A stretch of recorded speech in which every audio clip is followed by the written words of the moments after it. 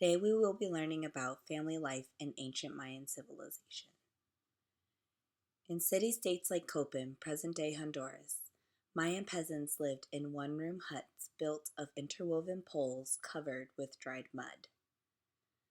Several family houses were often grouped together around a courtyard, and a house containing the kitchen was often placed directly behind the main house. Life for Mayan peasant families was not easy. Mayan women rose before dawn to get the fire burning in the fireplace. With the help of her daughters, a Mayan woman cleaned the corn that had been boiled and left to soak and soften overnight. Then she set to work at the grinding stone to pound corn into meal. She patted the meal into tortillas or tamales and cooked them over the fire. These might serve as the morning meal, or they might be saved for dinner. On special days, they might have hot chocolate, a drink the Maya made from cacao beans. During the day, women and older girls cared for small children and for the family's few animals, like ducks and turkeys. They swept their homes, and they gathered, spun, and wove cotton into cloth.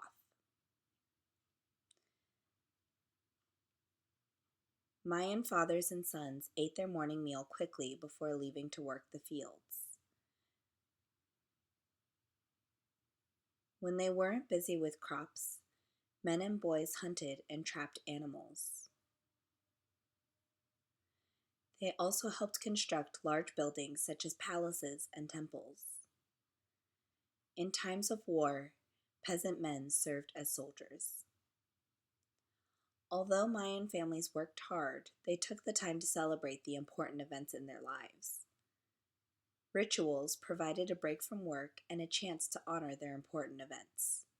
The birth of a child was a time of rejoicing. As soon as possible after birth, the family would call in a priest to perform a ceremony much like a baptism. The priest forecast the baby's future and gave advice to help guide the parents in raising the child. At 3 months of age, girls went through another ceremony. The number 3 was special to Mayan women because it represented the 3 stones of the fireplace. In the 3-month ceremony, the baby girl was introduced to the tools she would use throughout her life.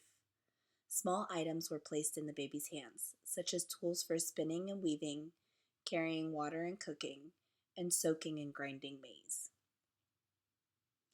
A similar ceremony was held for boys at 4 months of age.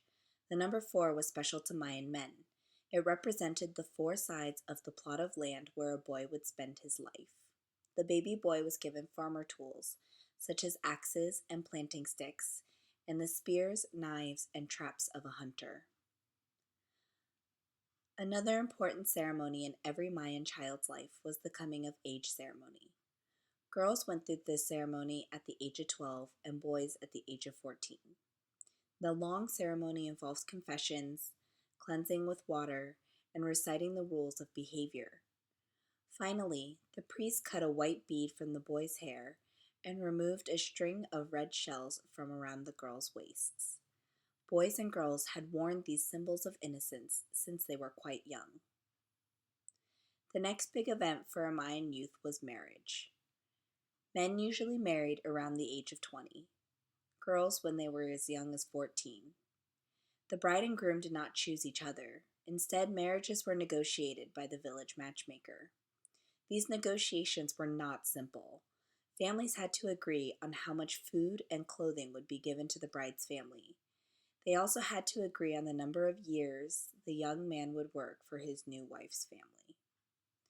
Once the details of the marriage were worked out, the villagers built a hut for the couple behind the home of the bride's parents. When the home was ready, the bride and groom put on clothing woven for the occasion. After a priest blessed the marriage, the villagers celebrated.